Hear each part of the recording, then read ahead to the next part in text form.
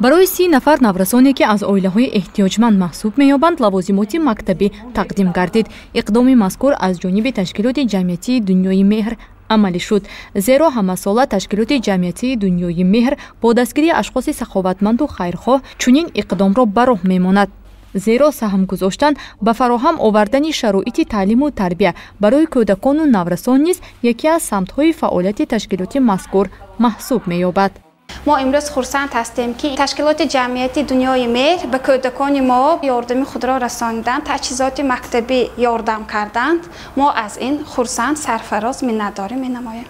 برای دسترس نمودن لوازمات مکتبی به تشکیلات جمعیتی دنیای مهر 30 نفر مراجعت نموده بودند که 14 نفری آنها از محله صادرخان حافظ شهر خوجند می باشند. در محله مذکور 7200 نفر استقامت نموده 189 عائله همچون کمبیزاعت اعتراف گردیده گیرندگان کمک‌های عنوانی اجتماعی می باشند. در عرفه سال خانشی نو کودکان احتیاجمند این محله نیز صاحب اشیای خانش شدند. باید قید نمود که هدف اساسی تشکیلات جمعیتی دنیای مهر دستگیری عائله‌های نیازمند، معیوبیت داشته و طبابت و جراحی کودکان و نورسان می باشد.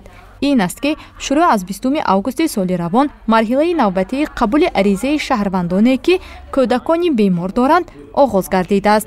این نوبت عریضه برای جراحی کودکان و نورسان از 1 تا 18 ساله قبول می گردد. مرحله قبول عریضه ها تا سنه 20 سپتامبر سال 2021 ادامه می یابد.